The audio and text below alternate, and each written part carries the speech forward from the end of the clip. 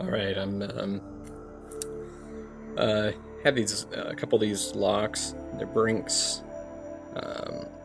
Supposedly they're marketed as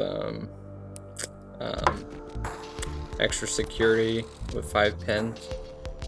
So I'm no expert at all at lockpicking. In fact, I would just say that I am completely an amateur. This is just messing around with it.